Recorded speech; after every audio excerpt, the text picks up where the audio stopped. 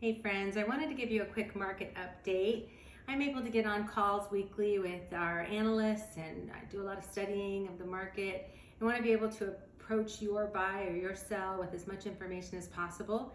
And one of the questions I get asked a lot is, what are we doing with inventory? How's inventory looking? And inventory is up significantly in the last 3 months. It's doubled, but even at that, it's not a terribly high inventory historically. And so it's important to note that yes, it's gone up fast and much quicker than we expected, but it's not a terrible amount of inventory. It's the fact that demand has gone down as well. So we want to just talk about that for a minute.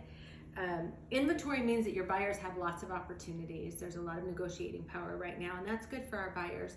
Our sellers are dealing with a lot more competition. There's homes that aren't even showing. You may be one of those homes where you're not getting those phone calls. There's so much competition that our buyers have become very picky.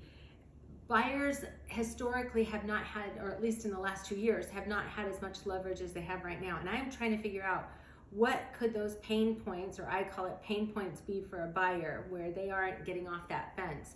I'm not sure what it will be that gets the buyers to move forward, but we can deal with interest rates, we can do buy downs, we can ask for concessions. We have a lot of negotiating power right now.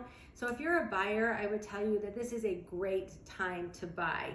Interest rates, I don't know that they're gonna go up anymore, maybe a little bit up, down, and they'll fluctuate. When we hear about the feds raising the basis points, that is not a direct correlation to interest rates. Those increases have already been considered in our current rate.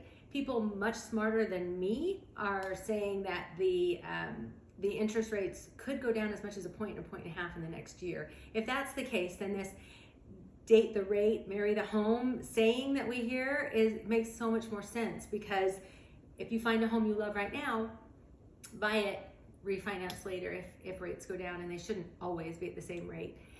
That also is important because if rates do go down, we may see more buyers jump into the market, and your leverage, your negotiating power would then be reduced, and the sellers would have a little more activity. So it is important to consider that. For sellers, I know you're feeling a lot of pain.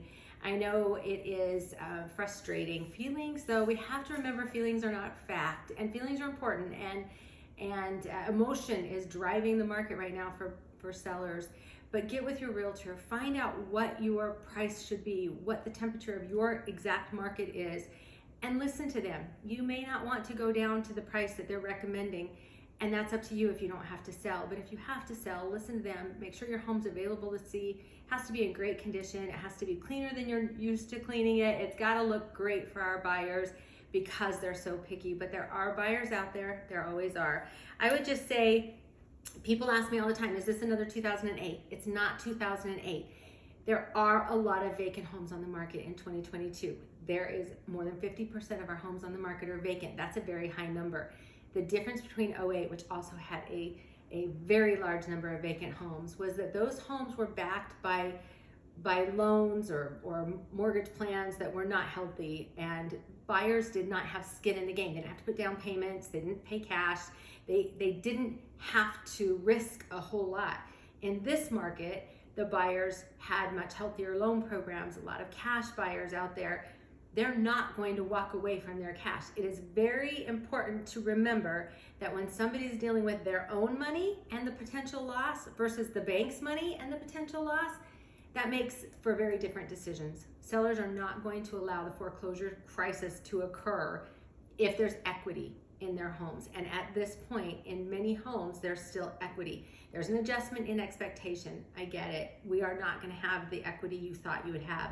As long as you have equity, you're not going to be foreclosed on if you can sell that home. I was in 08. I'm here with you now. Trust me, this is much better. We don't want to have a foreclosure crisis like we had, and the data doesn't show that that's going to happen. Please make sure you're contacting your realtor. Make sure you're getting the education you need. I'm always here if you have any questions at all, always. I really appreciate you letting me take this little market minute. I'll talk to you guys soon.